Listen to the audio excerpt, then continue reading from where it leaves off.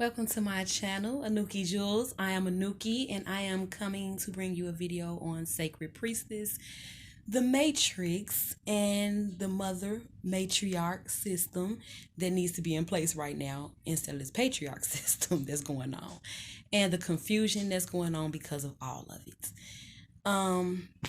Okay, so I have to admit, this is my second recording of this video. The first recording, I did it outside. It was a lot of interruptions. It was windy. And I think I kind of lost my focus a few times because of the distractions and such. So, I'm going to do it again. This is my second go round because that is how much I want to get this message out and for it to be clear as possible. Okay, so I am going to start by first giving a little bit of background on how I even came into this knowledge on Sacred Priestess. So,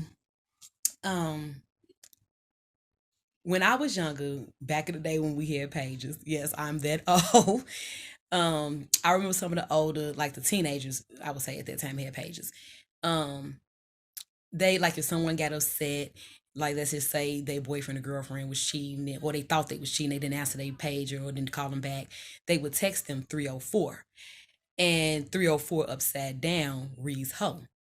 So fast forward to a few years ago, I'm constantly seeing this number. And we talk a lot about synchronicities and things. I mean, that's like really trending. I have a lot of different thoughts about that. I may do a video on that soon, but I'm not going to get too much into that in this video because it's not as important for the topic. But I look at the synchronicities as activation codes. You have general codes that have their meanings, and then you have codes that's more personal to you to activate certain things in you. So this was a code that was to activate something in me, some knowledge that I was supposed to be bringing, or wisdom that I was supposed to be bringing to the table about this topic, and how it all connects to what's going on right now in the corruption of the system, what's going on with Mother Earth, Tiamat. Yeah, it's all connected. So I'm looking at this number and I'm like jokingly saying, is the universe calling me a hoe? And yeah. So I'm on YouTube and I'm constantly seeing these videos. Like now this is after I seen this. They're saying sacred whore, sacred whore. And I had never seen that term before. So I'm like, okay, what is this about? Let me just click on it to see, because like I keep seeing it, and something like I've somehow connected that to the 304 scenario, and so I look into it, and like so much of what they were saying like resonated with my current life cycle. So I connected the 304 to the videos, which I didn't like the term sacred whore, so I like was really digging more into it, right? Like researching it more, and then I found other terms like sex priestess, also high priestess, or just priestess. But nevertheless, it's still always connected to utilizing a certain energy, which is very highly sexually charged energy. The first thing that I discovered was the 10 signs you were reincarnated as a sacred sexual priestess. I will leave the link to this below in the description box so that you can look into it, because it's more detailed than what I'm going to read, because that'll make this video extra long if I read every single one, every 10, and like everything that it said as far as describing it. I would just give you like a brief description on like an example of how I related to each thing. Okay, so let's start with one. You are highly sexually charged and have been that way since childhood. Yes. I recall having this conversation with several people, and I also recall like well, first let me say, I remembered or knew things about sex that I shouldn't have known at a very early age, and to the point where even when I was like in my teen years and things like that, I had like friends that would like come to me like, you my sex therapist, and ask me all type of questions, and honestly like I knew the answers, you know what I'm saying? But um a lot of it wasn't from like some experience that I had at that time. It was just things that I just knew. um but never the case may be, I knew a lot to the point where when I, later on in life, I was trying to remember, like, did something happen to me, when I was like 4 or 5, or, earlier than that, for me to know what I knew. Um, I don't recall anything, but I knew a lot at that age. You came in doing sexual healing. And for me, that came in the form of me playing like doctor and house and things like that. um I've always had the thought process of healing others, and even like I have relatives that have sickle cell and things like that, and I always been like the nursing type, and trying to give all my energy to heal them, whatever I could do to help them heal. um yeah. You have positive magic around you when it comes to men. Yeah. um it's not something that I really paid that close attention to. Someone else brought it to my attention. It Through my whole life, I just was just okay. It was just me being me, and it wasn't like, I don't want to say it was like an entitlement feeling, but it was like in the presence of men, I just felt like it wasn't something that I asked for. You know what I'm saying? And I was actually quite masculine in that time frame when I was younger. I was a whole lot more masculine. So I was very direct. I want this, and it was like whatever. And it wasn't any sexual acts being exchanged for anything. It's just like what I wanted, like they ran it. And so this person um was asking me about it. Like, how do it feel? How do it feel to have men just eating out the palm of your hand and giving you whatever you want? And she was like, well, anybody really, like, how does that feel? And it really, like, she was like giving me examples of different things throughout her life. Since somebody known me for a long time, and she was like giving different examples of this happening, and I'm like, wow. And then she really put it into perspective for me, and I'm like, okay. And this is also around the same time. Well, probably, well, it was before me and her had that conversation before I, this 304 thing and all that, and before that happened. So um it opened my eyes to the energy that I was dealing with. And also how at certain points I gave my power away. So I'm gonna get to that because all this is tied in. um Romantic love has been a direct catalyst to your spiritual awakening. um yes. um I am not a religious person. I never have been. Yes, I have family that is religious. My grandmothers, aunties and uncles and things, like, I have a lot of family that is religious. I have never been religious. I had questions. My questions was not answered, and it was like, oh, you don't question God, and from that point, I just kind of went left with it. Like, okay, if I like, I'm not with things that I can't question. You know. Um. So, um, my relationships have been a big part of my awakening, my spiritual awakening, and also not just for me, but for a lot of my exes. Like, I can't say for all because I haven't been in contact with all of them, but I feel like that even that's is the reason why after all these years I was still like so in contact and good friends with a lot of my exes. Like, even if it ended on not necessarily saying bad terms, like none of my relationships was like necessarily just terrible. um I have an issue with being lied to. And yeah, so like once that occurs, then it's like, yeah, I know me, it's gonna be too hard to rebuild trust. And it's like, yeah, you may as well be with somebody else that, you know what I'm saying, you ain't gotta do all that with. Um, but um it played a big part. And for the exes that I was still in contact with after all this time, I seen how it affected them. And it was like men, like, around now, before, again, now this is before I knew about this. It was men that came to me that I had experiences with, not necessarily saying like we had, it was penetration, but we had sexual experiences, intimacy. And like, it was like this was like right before this 304 thing started happening. Like, it was men that I had, it was like a couple, and they had found me on Facebook, and we Facebook friends, and it's just like out the blue, we just like conversing regularly, and they just like, you changed my life. Like, I never looked at sex the same after I fucked with you. And I was like, and I mean, and because sex has always been like a spiritual experience for me. It has never been like some, oh, I just want to bust it. You know what I'm saying? It never been that for me. So it kind of threw me because I'm like, whoa, like how? And they really couldn't explain it. It's just that they said it changed the way they looked at sex. Um, yeah. So I would say definitely my sexuality, it heals, it awakens others, it heals myself too and my traumas. Especially when I'm being honest with myself. Um, you value your freedom and never felt a strong attachment to marriage or children. Yes. Um, I've been proposed to several times. I have declined it every time. Even my children's father. I have 3 children with him, and yeah, that I really didn't really understand why, but my soul wouldn't let me do it. Um, Regardless of me feeling like, oh, I'm destroying, I'm tearing up my family, my soul just wouldn't let me do it.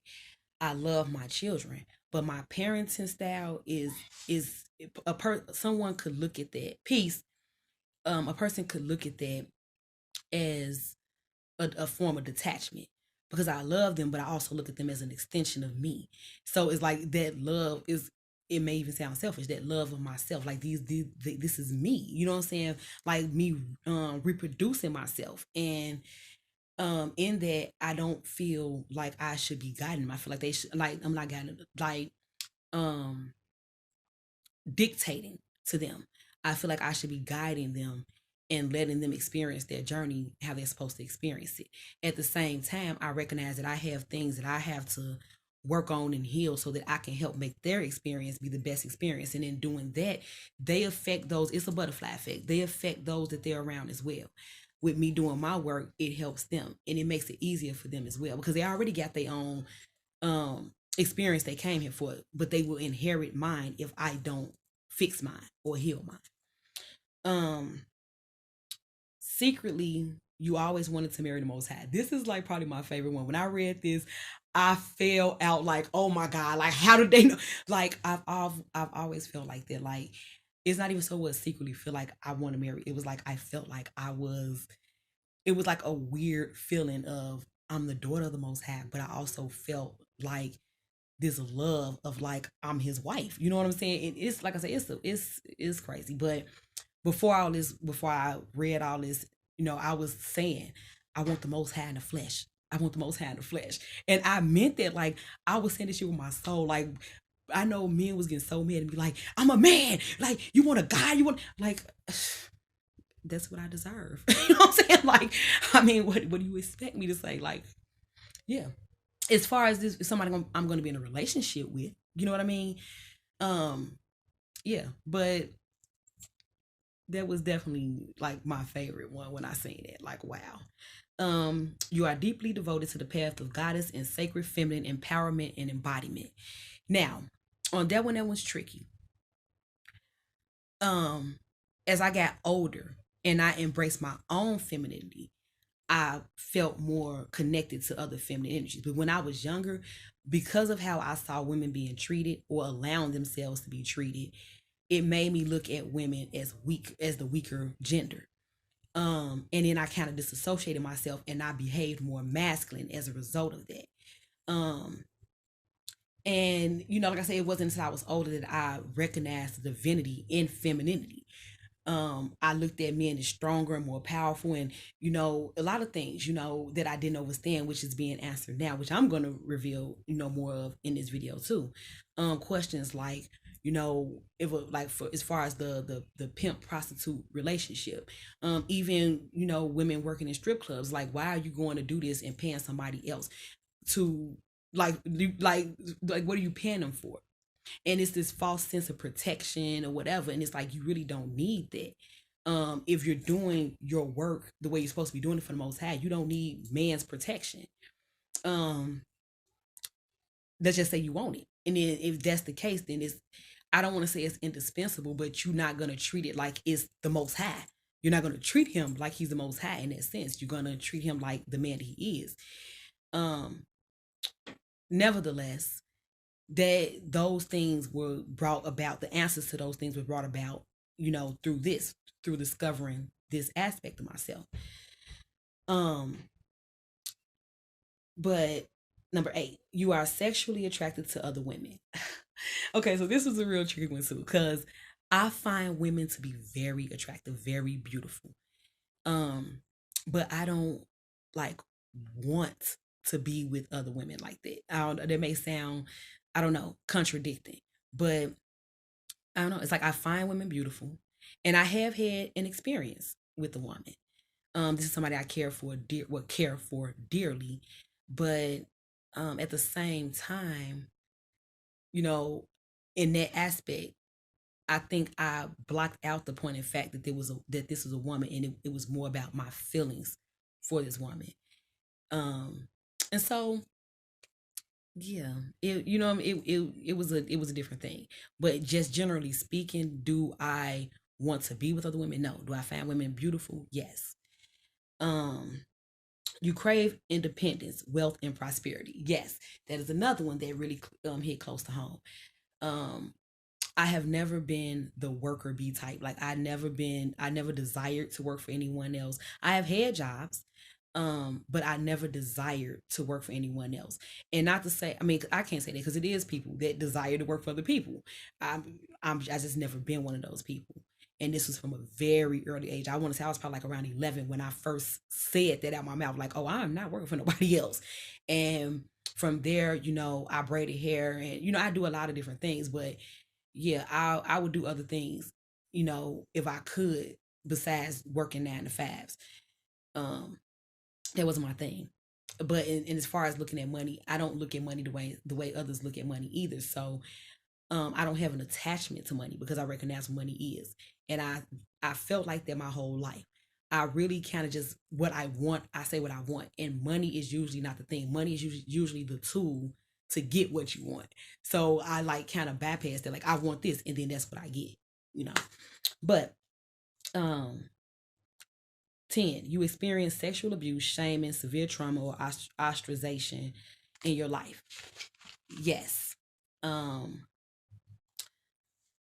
I was molested by 2 of my uncles when I was a young girl through teenage years.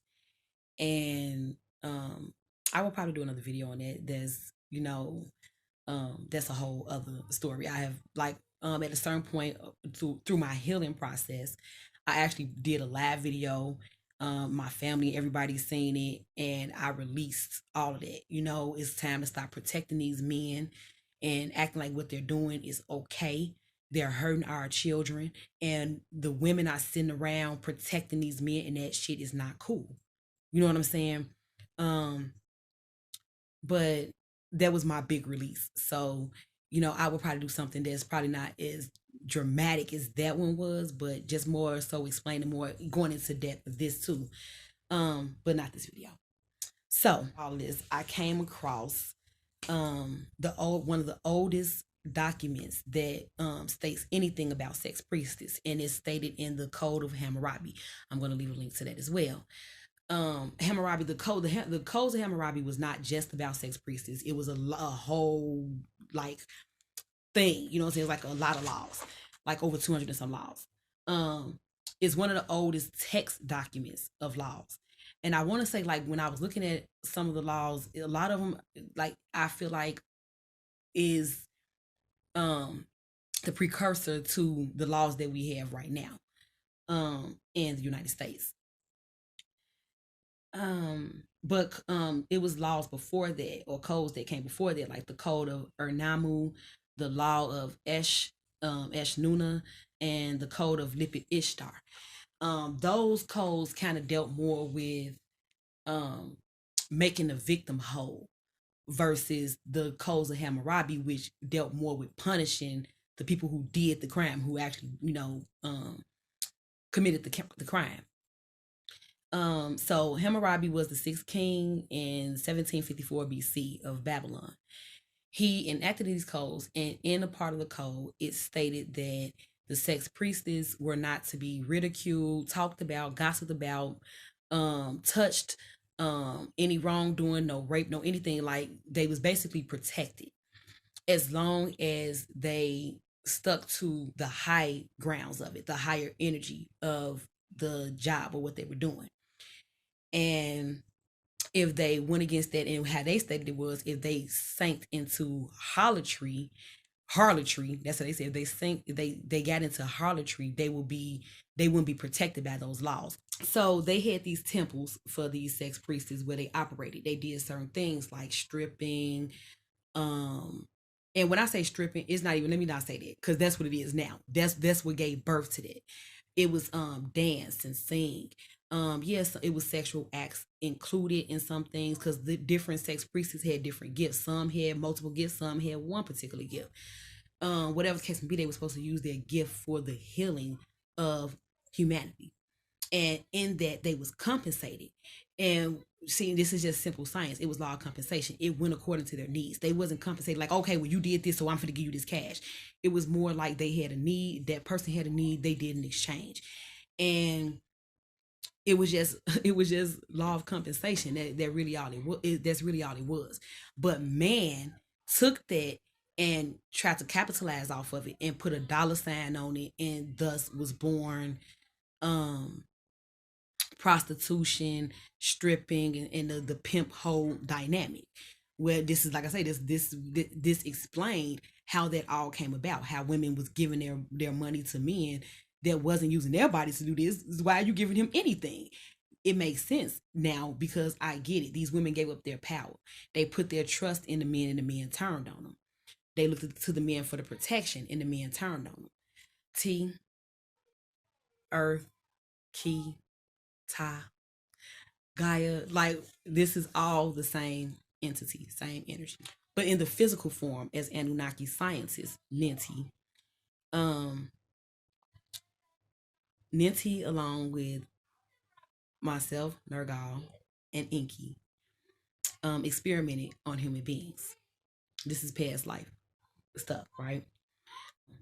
Mother Ninti took off um, a part of the X, 2.8%, and made it look like a Y.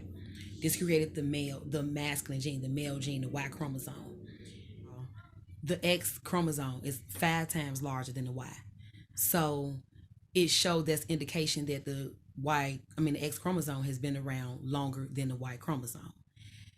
Um, so in this process of, because at this point it was just, X chromosome was only women.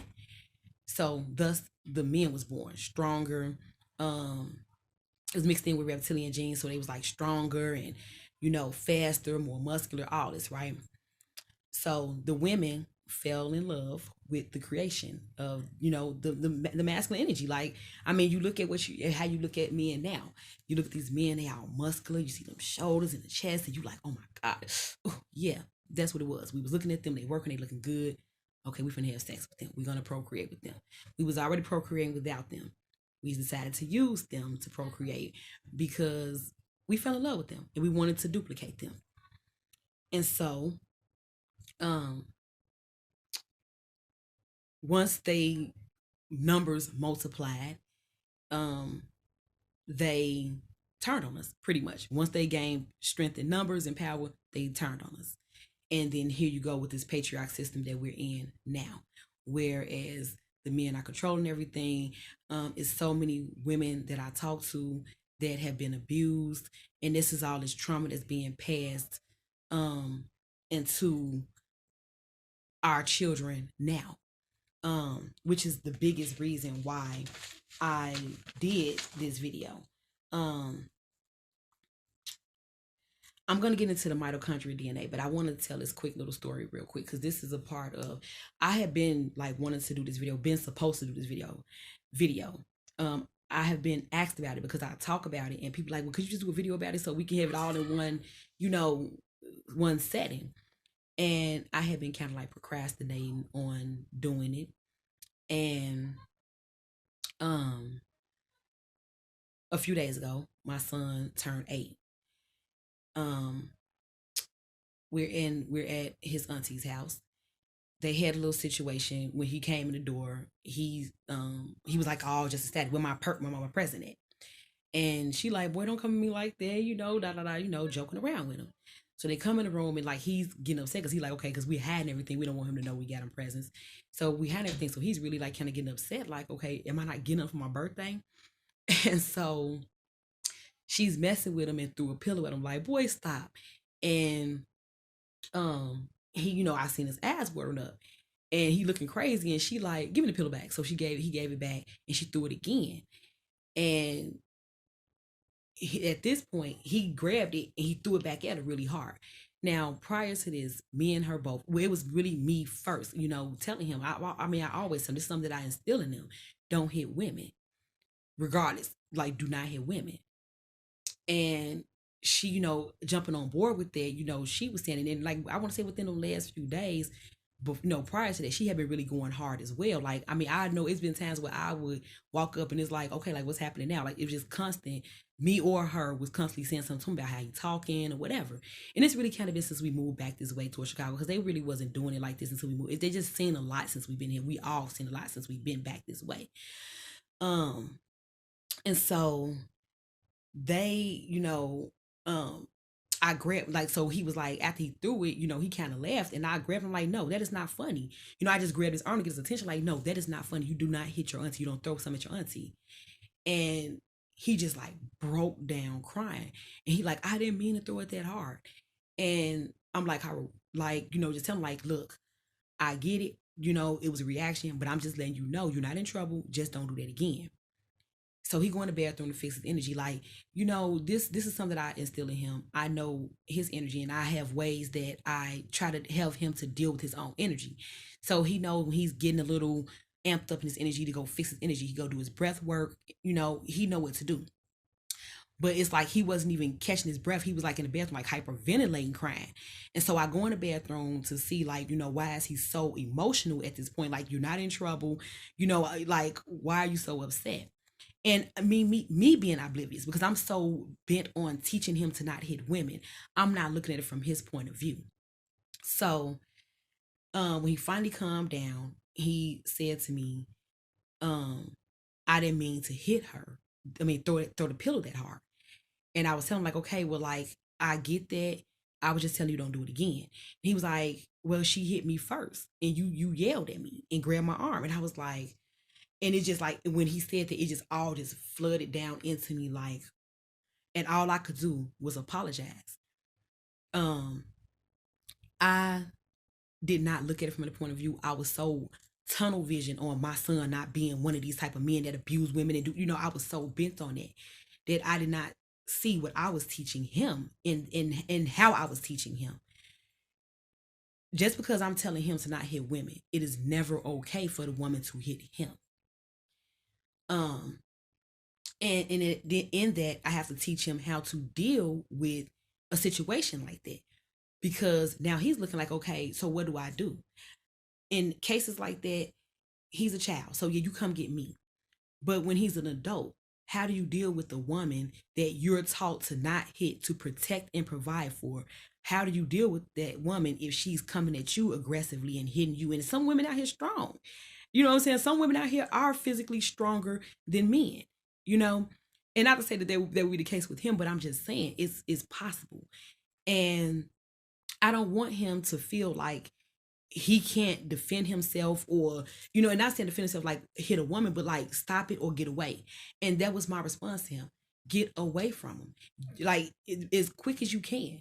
At first, and we went further into the conversation, and this goes into, like I say, the trauma we have. I can't speak on her personal trauma, but she was saying this to him. And when we finished the conversation, let me back up. We finished the conversation. I went out into the front, in front of everybody, because I got another son, a daughter. So I went out, so everybody, talked to everybody. Look, that was not cool. I apologized to him, and he was right. We telling him every day to not hit women, and then the woman hit him, and it's like, okay, so what? I don't want to teach him that that's okay. That if it's a woman, it's okay for her to abuse you, because I see that happening right now as well, where so many women that are they are so traumatized from their experiences, that they are so bent on not going through it, that they are abusing the men that they're around, that's in their life. The men that's trying to be good men and good fathers, they're abusing them because they don't know how to deal with the man actually treating them the way they're supposed to be treated. And it's their own trauma. And because they're not healing that, they're passing this to the children, their daughters and their sons, where in each case, you don't know how that's going to affect that child. You don't know if that son is going to end up abusing women or if he's going to end up abused, and vice versa for your daughters. So I just, this all came together for me, like, the energy that's going on right now. A lot of feminine energy is awakening to their power, and a lot of the memories are being triggered from ancestors and past lives and experiences that they're having with these mates they're having now, and the way they're coping with it is very damaging to the children. um I'm not bringing this affirmation to say that, oh, women are gods and men are nothing.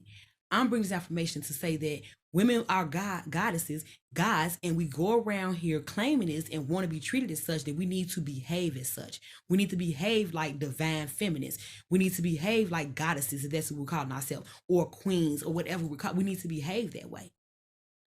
And I don't like the term queen necessarily, but that's not for this video. But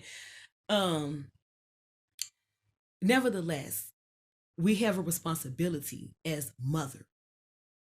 It's not about us, around here running the men and abusing the men and abusing the children. It's not about that.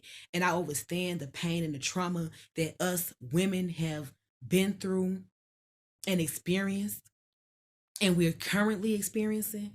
But it's time for us to step into our power and own up to who we are. We are these goddesses that we're saying, that we have to teach our children the correct way, because it starts there. We can't, these men that we're dealing with now, that we're so fed up with the trauma and how we're being treated and abused.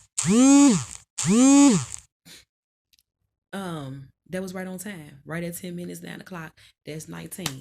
I'm gonna have to do this on camera. I began our prayer and thinking about using Kalum. I'm in the love of Kalum. Kalum love is in me. I'm a part of Kalum. Kalum is a part of me. I am one with Kalum. Kalum is one with me. I can succeed as part of Kalum or fail as an individual. I can be Kalum that I wish in Kalum, as long as my wish is to stay in Kalum. I am never alone. Kalum is, I am. Kalum can, I can. Kalum does, I do. Amun. Ra.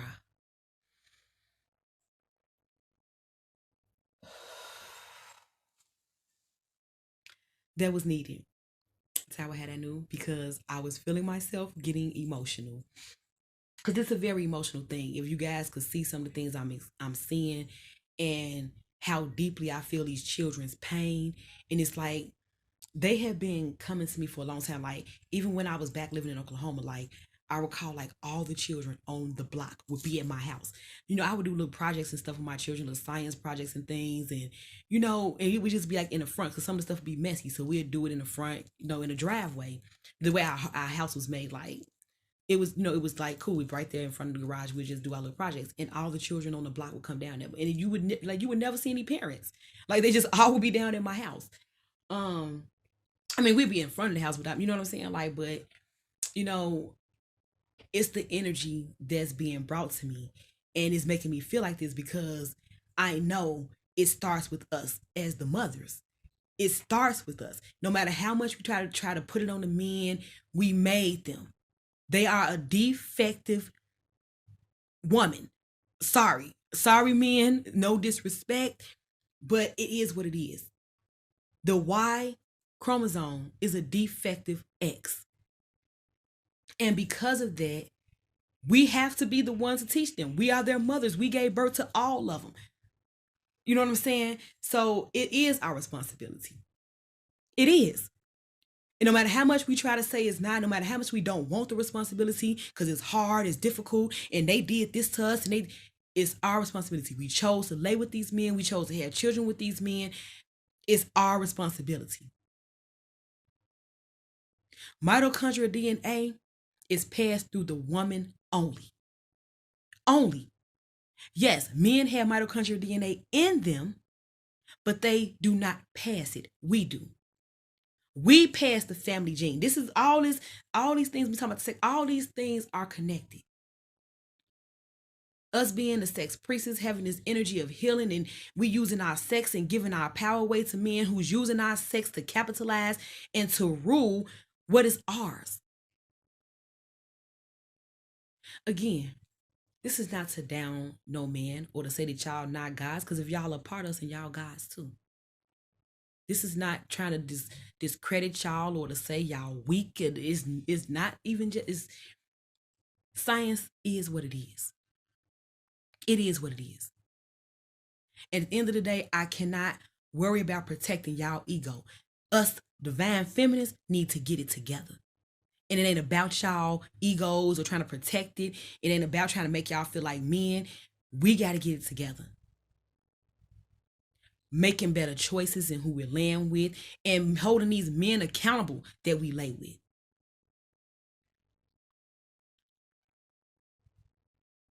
We talk about this, the matrix we in.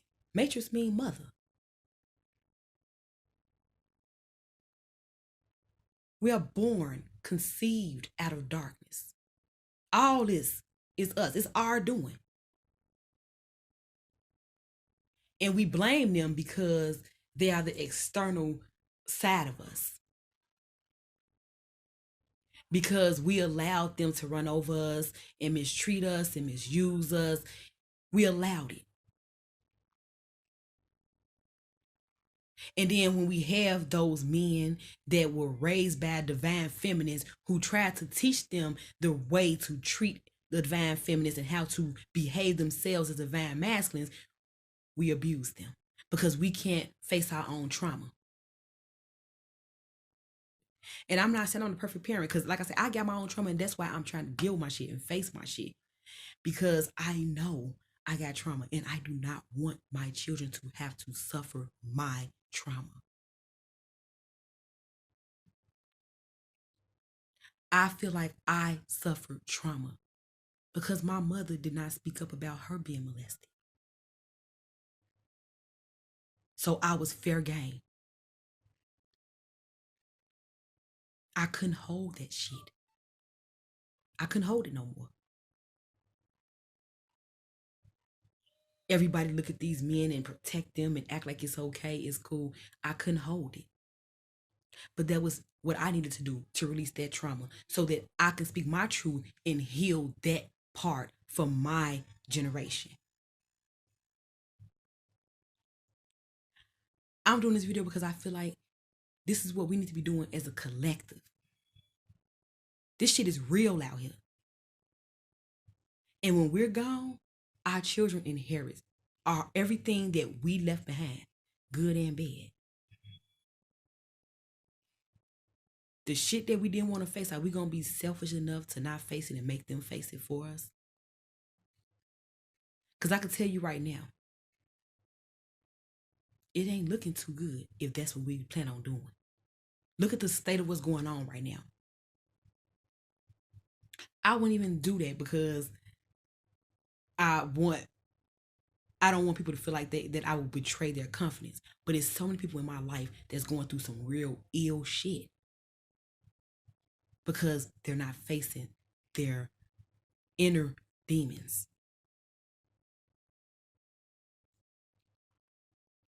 I was so bent on telling my son to not abuse women because when I was a child, I saw my mother be abused. And I don't want, that was a part of my whole thing, my whole life. I never got with that. I'm not dealing with that, and I'm not going to watch another woman deal with it.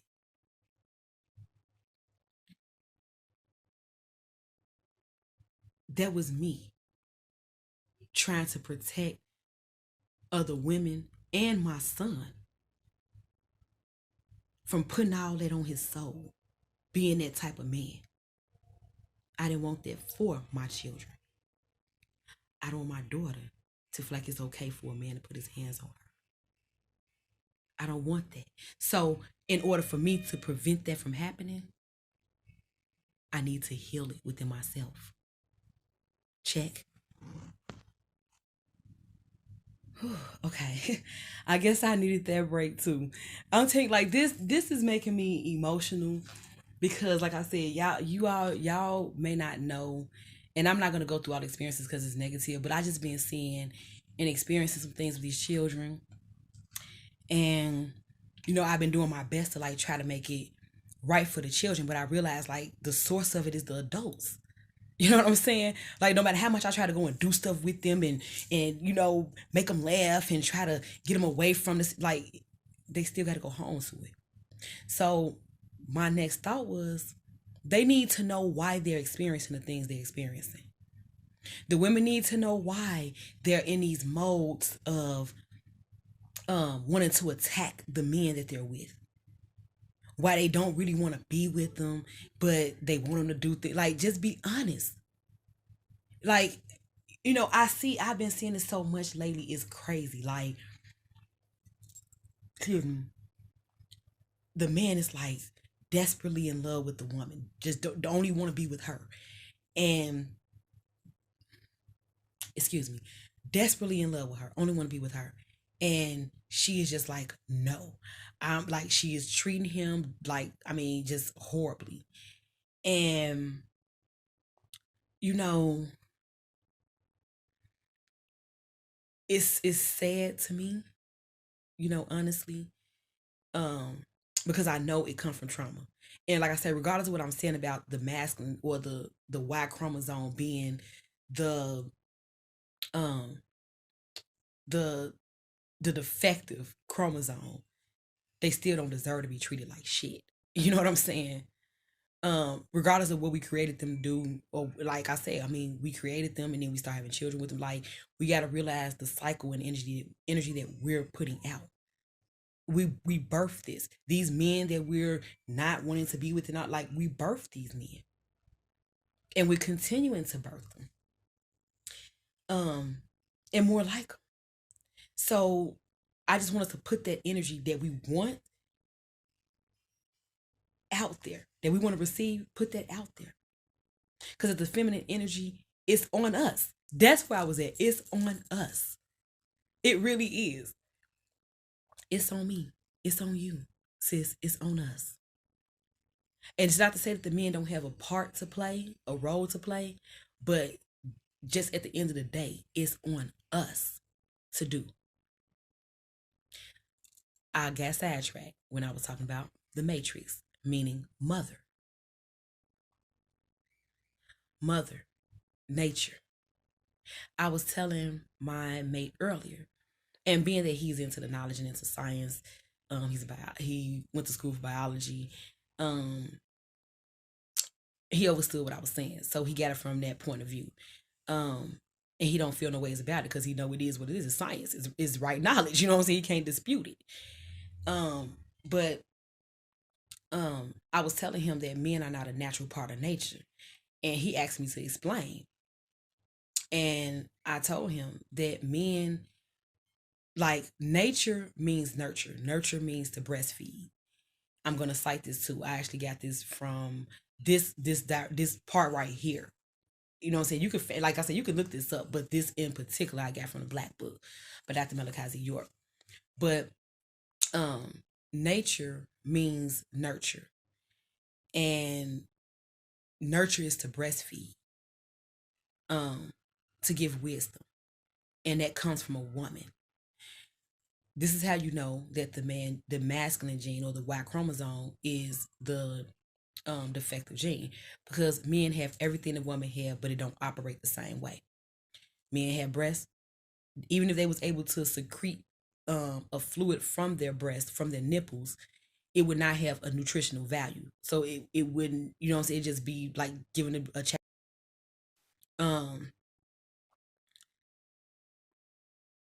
A man has a clit, an elongated clit that we call a dick. But yeah, it's still a clit. A man has ovaries called testicles. It's just that their reproductive system or organs are on the outside. Which goes into, which is a whole nother video. But it goes into darkness and how we are conceiving in the darkness. Even with the sperm is conceived inside the man, but it's ejaculated out. Okay. So women have the Bartholin gland that's inside the vagina, and it secretes the fluid that can actually produce a child on her own. She actually can secrete this fluid into her cavities and impregnate herself. It's just women forgot how to do it. Like I say, this is science. You can look these things up. It's just like I said, we gave over our power. We gave over our power to do this.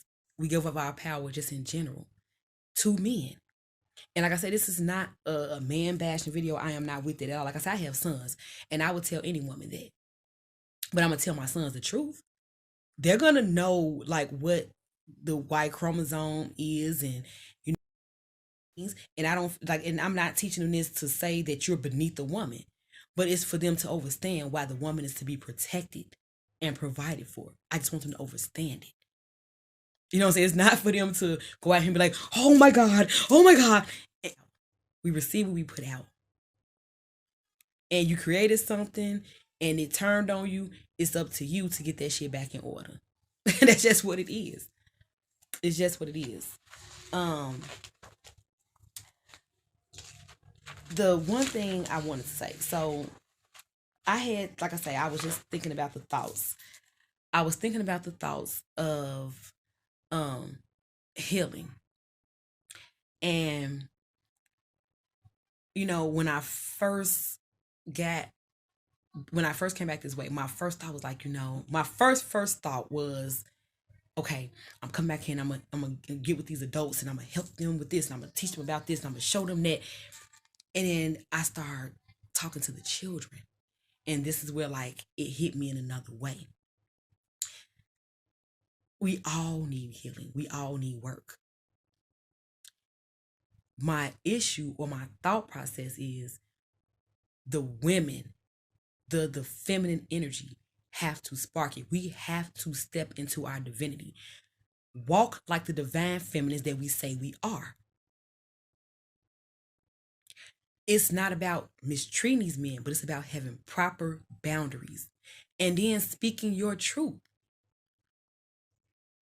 It's so many women I see right now, the ones that I see that's mistreating, it's because they have a certain energy and they are not necessarily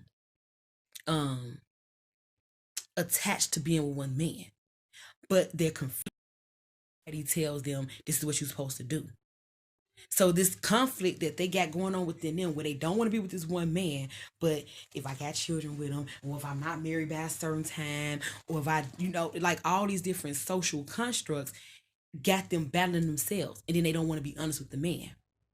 And then if you are honest with the man may feel like, okay, I don't want my woman out here feeling like that free. Like, and when I'm saying that free, meaning she's free to do whatever she feel. It don't necessarily mean that she's going to be out here sleeping with other men, but I'm just saying she's free to do whatever she feel. As you should feel free. But because of the social constructs, everyone is lying about what they want to do, what they need. And then it's causing all these conflicts, which is projecting outwardly. And you're seeing it, you're feeling it right now. Tiamat is fed up, tired of the bullshit. I was watching this video when I was doing my research into this. I was doing research and I came across this channel. This is only woman. She was a Caucasian woman, and her channel is Eat Squat Come. And that caught my attention on its own. But it was a title to the video, because I was looking stuff up and it was a title. And I forgot exactly what it was, but the name of her channel stood out. So I clicked on it. And she was talking about the same thing I be talking about the healing through sexual energy. And it's like, I never really heard anybody really, you know, besides me. Peace. Honestly, besides me, I really hadn't really heard anyone prior to. No, I'm wrong. Yes, I have. Yes, I have. But not in a way that she was more raw about it. Like everybody else, I think, still try to be politically correct, but it could just be the way that they deliver their message. She delivered her message in a more relatable way, like, you know what I'm saying, like shit, how you would actually be talking to one of your girlfriends about it. You know what I'm saying? And recently one of her videos came up and she was speaking, and I haven't seen her video in like a long time, and it just popped up in my suggested. And she was speaking on the video. The title of this video was "You Think Your Vagina Broke." And I looked at the video and I was like, wow, okay. So I listened, and she's going into depth, like, and it's a real short video, but she broke it down so quick, and it was like so elaborate in what she was saying, to the point.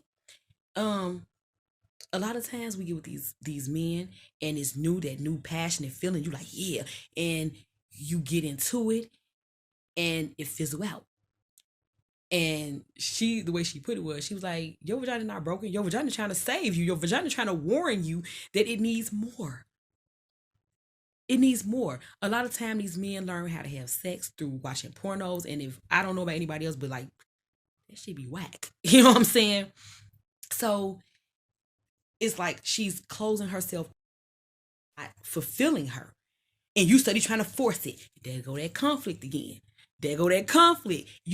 She ain't feeling it, but you trying to make her feel it. Now you're using all kind of artificial lubricants and shit, trying to make her feel some shit she's not feeling. You ain't listening to your own body. You ain't listening to your own heart. You know what I'm saying? You just going with like autopilot. This is what I'm supposed to be doing.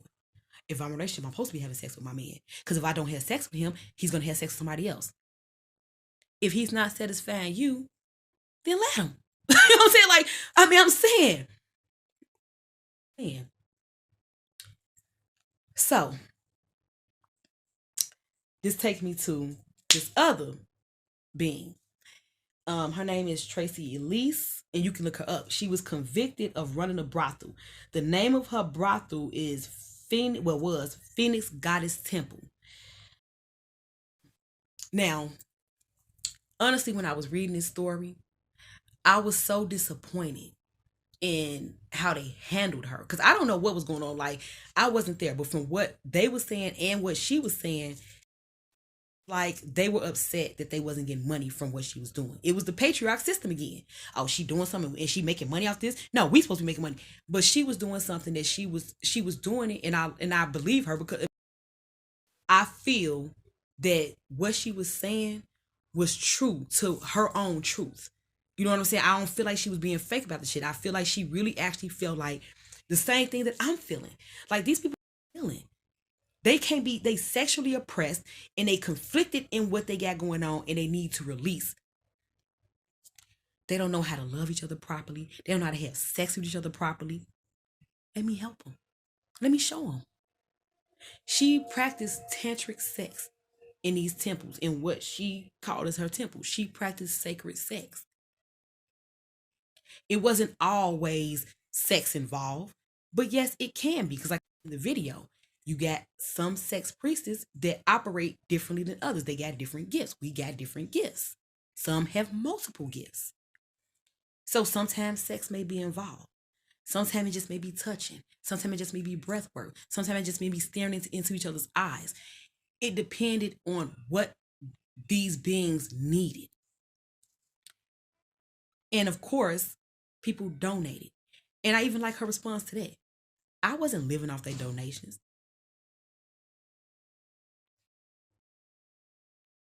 They donated because they wanted to donate. I have other streams of income that had nothing to do with that. But no, I'm not going to turn down a donation. Again, we're talking about law of compensation. They earned that. And it wasn't about them getting some type of sexual act for it. It was about them getting healing. We need these temples. Trust me, I have been out here and I'm looking at these relationships with people, and like the thing, we need these temples.